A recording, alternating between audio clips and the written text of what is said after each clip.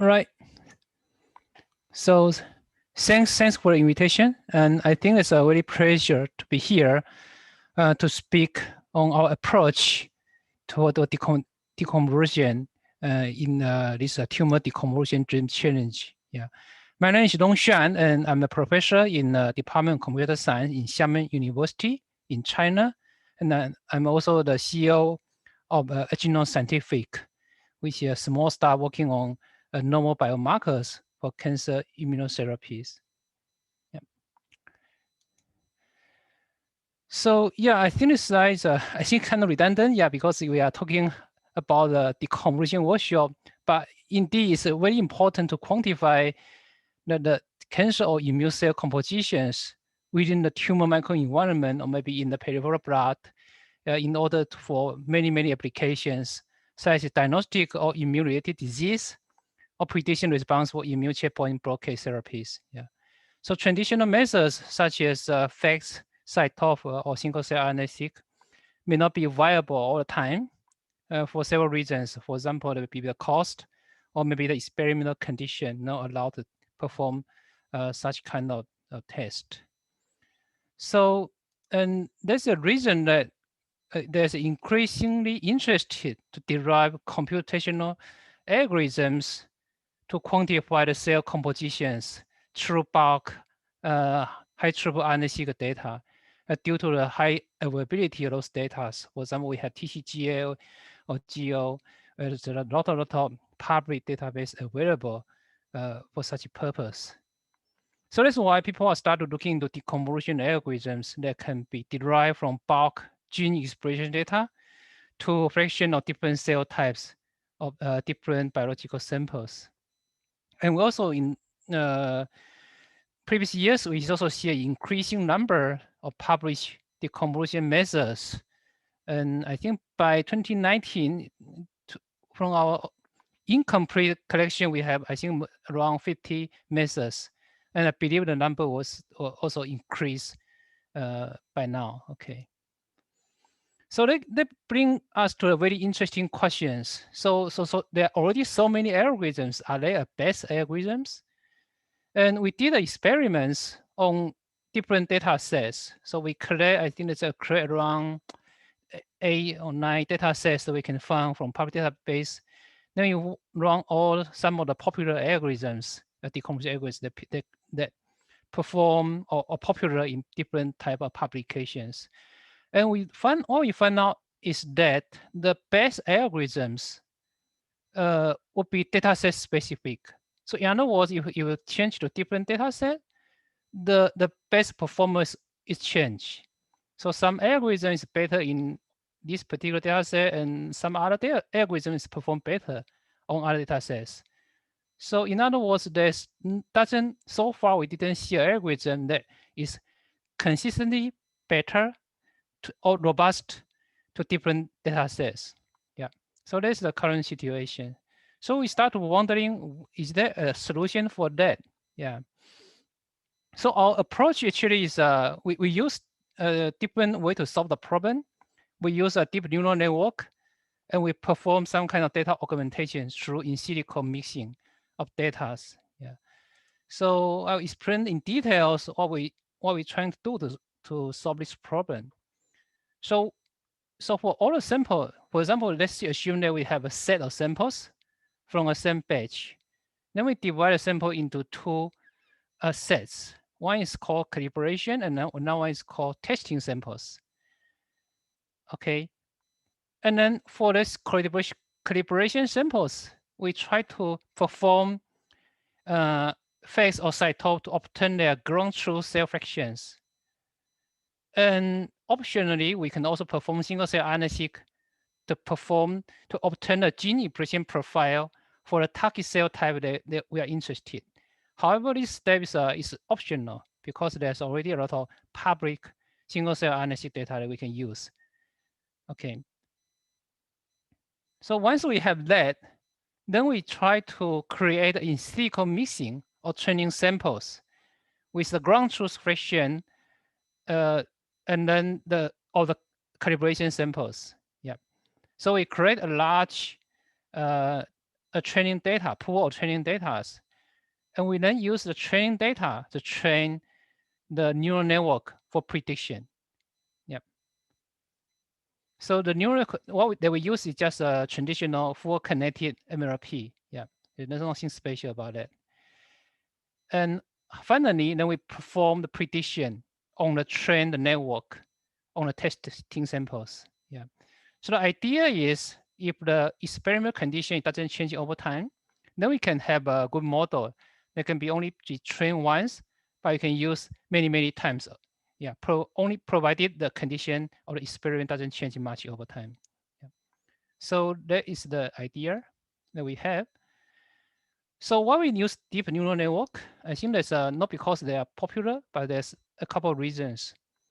Number one is the deep neural network actually is a universal function approximator that achieve good performance. And more importantly, the DNN is better to linear regression algorithms when the data are highly nonlinear. So here we show example. That one is the NK cells, and those are known NK cell markers. But from here, you can see the X axis here is the true fraction, and the Y axis is the expression of the marker cell, marker genes. So from here, you can see there's a highly linear relationship between the marker gene expression and the cell fractions. So I think that's a part of the reason that if you use a linear model, then the performance is not going to be ideal. Yeah. But however, to use a deep neural network, one of the limitations is require a lot of training data. Typically, we're talking about not just a few hundred or thousand.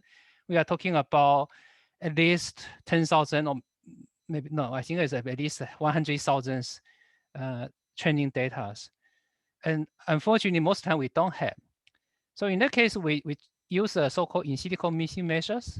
So we try to add the so-called real-world samples with from the calibration data set, and then our own purified or single cell expressions. So we add them based on certain known fractions to create so-called in silico mixing training data.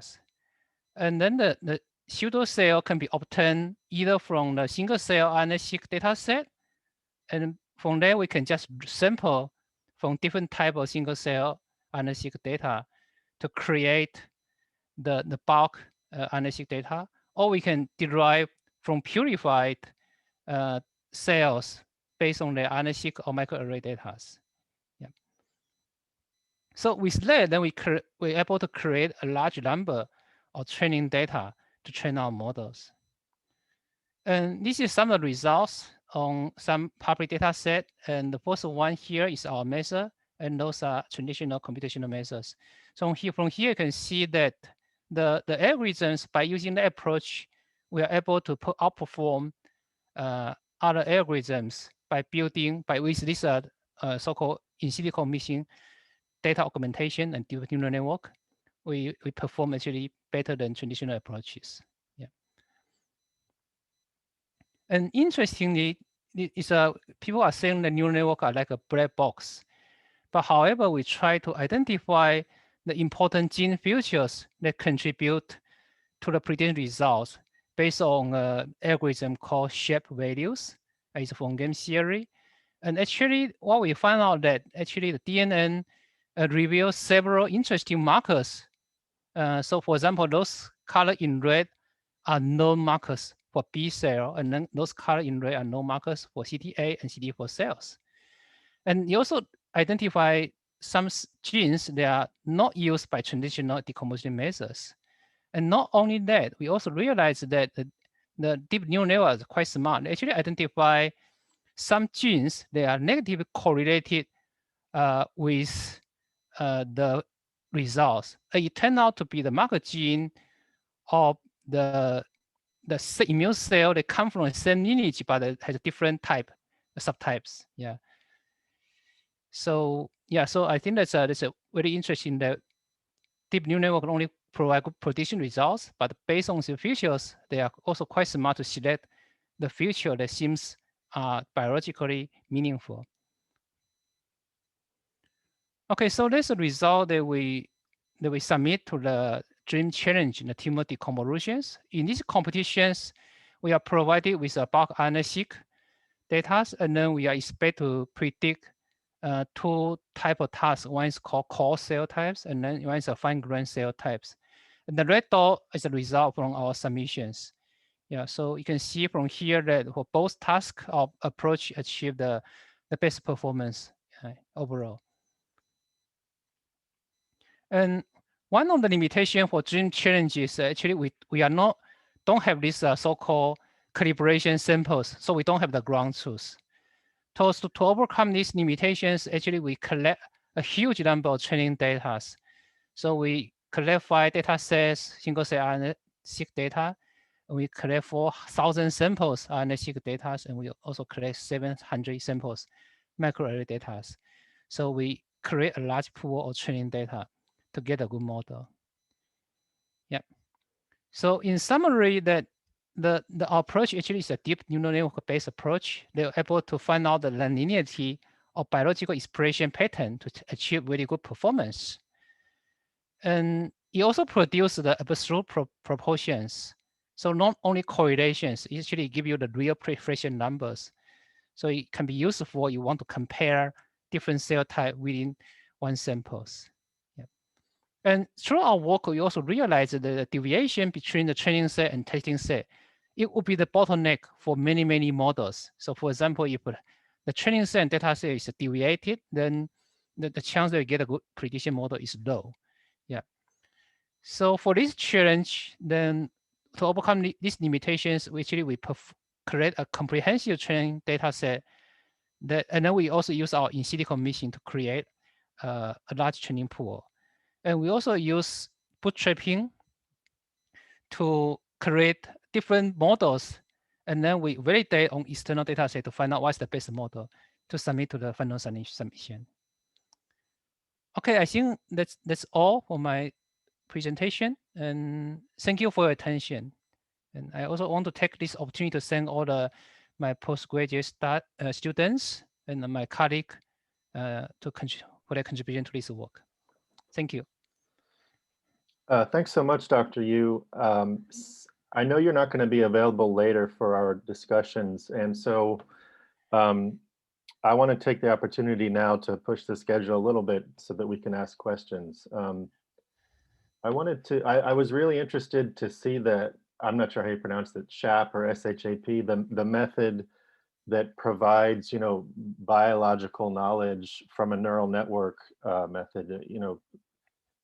You're right that neural networks are inscrutable. It's hard to understand how they come to what they know. And so my question is, can you explain how this method is able to provide this, human understandable information?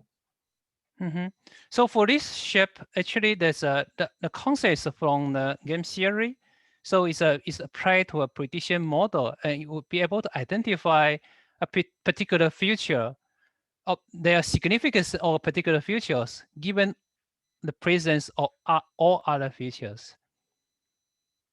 So in other words, you're able to tell which, for example, you have a model with thousands of features, you tell which one is more important versus others. And those are the high rank feature that we identify through these algorithms. Interesting. I'll have to do some reading. Yeah. And another question is, there's this issue of deconvolution methods requiring a gold standard of ground truth versus those that don't. And you mentioned that in the Dream Challenge, there was no gold standard. And so to deal with that, you collected a huge collection of data sets for training.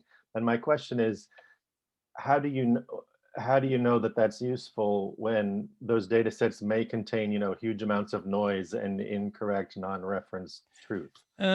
Well, I think there are two issues. For data set bias, we cannot avoid that. For example, you have different type of training data, and they have different kind of bias. For example, their distribution are different. In that case, we cannot avoid these situations. What we can do is we have large enough pools so that our model doesn't fit into a specific bias from a spatial data set. They will improve the ability to generalize to other unseen data set for the model. Yeah. So that solves the problem you were mentioning about particular methods not being able to work on diverse data sets. Right, yes. My last question is, we're thinking of generating an exRNA data analysis dream challenge, and one of the possibilities is to do one on deconvolution. And we might create an in silico challenge where we create an artificial data set. And I wondered if you could discuss the in silico piece of your method and if that would fit into that kind of a challenge, if that question makes sense. Well, I think to create a challenging data based on in silico missing, they will end up to be a little bit too easy for the prediction model because all the relations will be linear. So that is different. For us, we are using the in silico missing in order to generate a large pool of training data for deep neural network because it requires a large amount of training data. Right, but we still, but even doing that, we still based on our real world samples together with the so-called purified or single cell RNA-seq data to create a training data. But if the real question, the change itself is based on training data, in silico missing data, then become too simple actually, in my opinion. Yeah, for the model. Yeah. Interesting. Thanks.